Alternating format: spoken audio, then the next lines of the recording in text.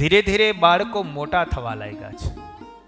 યુધિષ્ઠિર મહારાજ જ્યારે 7 વર્ષના થયા, નકુલ અને સહદેવ જ્યારે 3 વર્ષના થયા, એ સમયે એક વખત વસંત ઋતુ પ્રાપ્ત થઈ.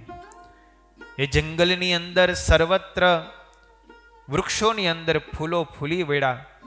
રાજા પાંડુ પોતાના પત્ની માદ્રી સાથે વનની અંદર એકાંતમાં ફરી રહ્યા છે. વસંત ઋતુનો પ્રભાવ એવો હતો, શરદ ઋતુ હતી એટલે વસંતના પ્રભાવથી મન કામાસક્ત થયું. એકાંત સ્થળ છે. પોતાની પત્ની માદ્રી સુંદર વસ્ત્રોમાં શોભે છે. યુવાન અવસ્થા છે, શરીર પણ ઝીણા વસ્ત્રો પહેર્યા છે. મંદ મંદ હાસ્ય માદ્રી કરી રહી હતી. મિત્રની જેમ બંને ફરી રહ્યા હતા. અને એ સમયે પાંડુ મહારાજ થોડા કામાસક્ત થયા.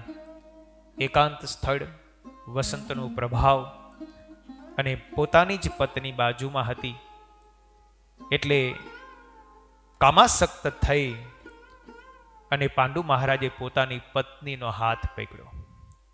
માદ્રીએ તરત જ કહ્યું, પતિદેવ, તમને કંદમ ઋષિનો શ્રાપ છે, તમે મારો સ્પર્શ ન કરો.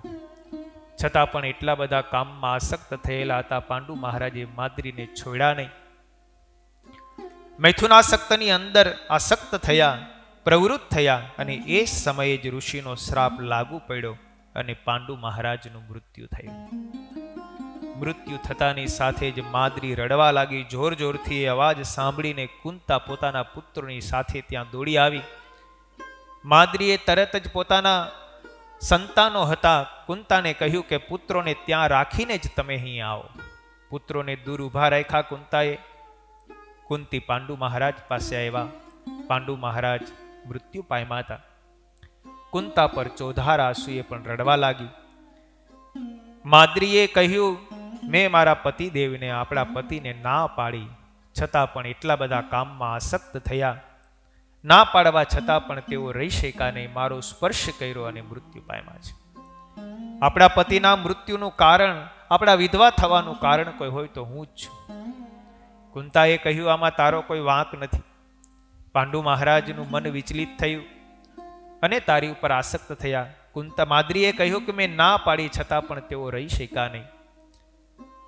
કુંતાએ કહ્યું, જે થયું તે. હવે તમે એક કામ કરો, તમે અહીંથી જાઓ.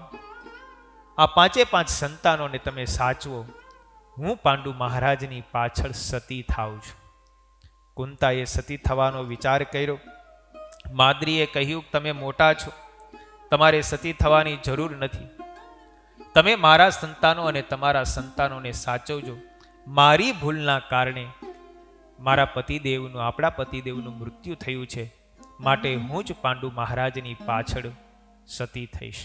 દરરોજ કથા તથા સત્સંગનો લાભ લેવા અમારી ચેનલ દીક્ષાધામ લાઈવને લાઇક, સબસ્ક્રાઇબ અને બીજા હરિભક્તો લાભ લઈ શકે તે માટે શેર કરવાનું ના ચૂકશો. જય સ્વામિનારાયણ.